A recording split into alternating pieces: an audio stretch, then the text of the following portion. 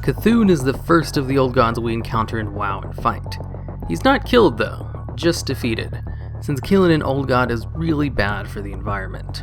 Cthulhu is most likely based off of Cthulhu, the most well-known outer god in the H.P. Lovecraft mythos. While they might not look similar, only share slightly same-sounding names, both gods deal with insanity, as most of Cthulhu's followers are insane, and most people who come into contact with him go crazy as well. Cthulhu loves to whisper stuff to drive you crazy, and even drops a weapon called the Dark Edge of Insanity, which has an effect that causes people to wander aimlessly for 3 seconds. A pseudo mini-madness. You are already dead. Cthulhu in the Old God story is also slightly similar to that of the Catan from Warhammer 40k.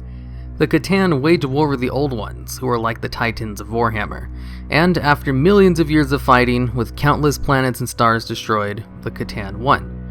But then they were immediately betrayed by the race that served them and imprisoned. In addition, their powers were cut up into many pieces known as Catan shards and spread across the universe, and these shards only have a fraction of their original power. But it's more than enough for them to be as big of a threat as an old god, seeing as each shard has near unlimited power, can control the minds of lesser beings, manipulate the flow of time, and banish foes to alternate dimensions. Cthulhu, Cthulhu, and Catan are all derived from the Greek word chthonius, which means either under the earth or inside the earth. Although there was no specific god named Chthon in Greek mythology, the word chthonic is still used in mythological studies as an adjective to describe earth-related deities. This could be why the three share similar names. Your friends will abandon you. After the old gods lost the war with the Titans, Cthulhu was imprisoned down south in the deserts.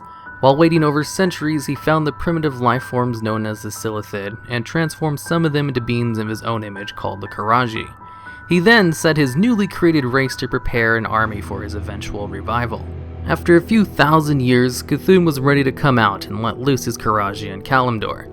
The Night Elves, with the help of 4 dragon aspects, were able to push the army back to their home city, and create a barrier to keep them inside.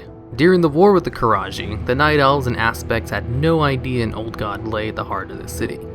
Come vanilla WoW, after a long, server-wide series of quest chains, the barrier was taken down, and the city of Ahn'kiraj was immediately attacked, in an attempt to preemptively deal with the Karaji. Cthulhu is one of the few lore characters in WoW to be credited as being defeated by a band of heroes. Of course, meaning the players in-game. Usually, major lore characters are taken down by other major lore characters, with the help of heroes, not the sole cause. You will die. In the Warcraft comics, Cho'Gall makes an attempt at reviving Cthulhu after the events in the raid, and during the invasion of Oregon Stormwind by the Lich King, but is stopped by Madan, a character not introduced in the game yet because he's kind of overpowered in a total Mary Sue. Your heart will explode. The Cthulhu raid boss is usually considered one of the hardest raid bosses ever put in game. But this is mainly because he was overtuned to the point that it was mathematically impossible to beat him with the gear currently in the game. Meaning, if everyone in the raid group had all of the best possible gear, did their jobs perfectly, and did perfect rotations, you still wouldn't be able to beat him. And Blizzard was not all that fast at hotfixing bosses back in the day, so he stayed like this for a while.